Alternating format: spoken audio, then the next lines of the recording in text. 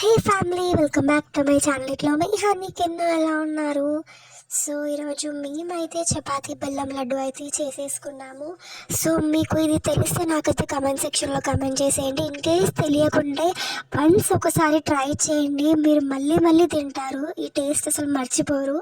So firstly ఇది చేసుకోవడానికి మనము చపాతీస్ నార్మల్గా చేసుకుంటాం కదా, సో సేమ్ అలానే చేసేసుకొని ఆ వేడి మీద చేసేసుకుంటాం కదా. సో ఇంకా వాటిని స్మాల్ పీసెస్ లాగా కట్ చేసి మొత్తం మిక్సీ చేసేసుకోవాలి. అండ్ దాంట్లోకి మనము బెల్లం కూడా మొత్తం గడ్డలాగా ఉండకుండా మొత్తం పౌడర్ లాగా అయ్యేలాగా చేసేసుకోవాలి.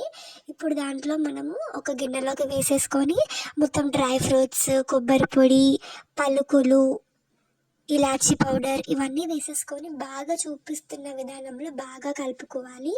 అండ్ మనం కొంచెం గీ కూడా యాడ్ చేయాలి, నెయ్యి కూడా యాడ్ చేసి బాగా కలుపుకోవాలి గైస్.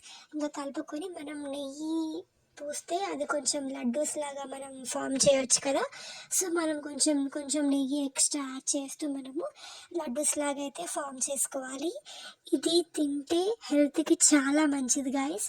తప్పకుండా మీరు ట్రై చేయండి ఈ రెసిపీని. అండ్ ఇది మీకు ఎలా అనిపించిందో కూడా నాకైతే కమెంట్ సెక్షన్లో కమెంట్ చేసేయండి.